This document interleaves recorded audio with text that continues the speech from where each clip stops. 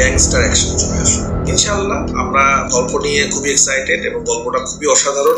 Viewers, আবারও দেখা যাবে ইদিকা পলকে সাকিব খানের বিপরীতে অভিনয় করতে বাংলাদেশে সিনেমাতে। তা হলো রায়হান রাফির তুফান 2 মুভিতে দেখা যাবে রায়হান রাফি তাই বলল। আসলে তুফান 2টা এমন ভাবে তিনি তৈরি করতে চাচ্ছেন যেখানে কোনো খাত রাখবেন না। সে এজন্য অপর বাংলার ইদিকা পলকে বাছাই করেছেন এবং তিনি একটা হিন্ট দিয়েছেন ইদিকা পলকে তিনি ফাইটিং চরিত্রে নিয়ে আসবেন, কারণ এখানে অন্যরকম ভাবে তিনি মুভি তৈরি করবেন। আসলে তিনি এখানে বেশ কিছু বাজেটও করবেন, বেশ বড় সড়ো, যা আসলে বাংলাদেশ সিনেমায় দেখা যায়নি, এরকম ভাবে তৈরি করবেন। যেরকম তুফান ছবিটা এসেছিল অনেকে হাইপ দেখে এটা আসলে অবাক হয়ে গেছিল, এটা এই ধরনের মুভিও বাংলাদেশে বানাতে পারে, সেজন্য আরো বেশি ঝঙ্কালো আয়োজন করবেন তিনি বলেছেন এই তুফান 2তে। আসলে তুফান 2তে ইদিকা পল এবং সাকিব খানের কেমিস্ট্রি তো আপনারা এর আগেই দেখেছেন। আসলে তাদের মুভিটাও খুবই ভালো লেগেছিল এবং অনেক সুন্দর হয়েছিল, অনেকেই দেখেছিল বেশ কয়েক মাস ধরে, কারণ সাকিব খান বলে কথা তার ভক্তরাও অনেক বেশি। তার যতটা মানুষে ঘৃণা করুক না কেন তার ভক্তরাই অনেক বেশি তাকে ভালোবাসে, তাকে যতটাই পচাতে চাক না কেন তার ভক্তরা তাকে সবসময় উপরে নিয়ে টেনে নিয়ে আসে। যাই হোক, এখন ইদিকা পল এবং সাকিব খানকে আবারও আপনারা দেখতে পাবেন তাই বললো রায়হান রাফি। দেখা যাক, অবশ্যই আমরা অধীর আগ্রহে অপেক্ষা করলাম। অবশ্যই আমরা আবার ফানের মতো তুফান 2তেও আরো বেশি হাইপ নিয়ে আসবে, অবশ্যই আমরা তার অধীর আগ্রহে অপেক্ষায় রইলাম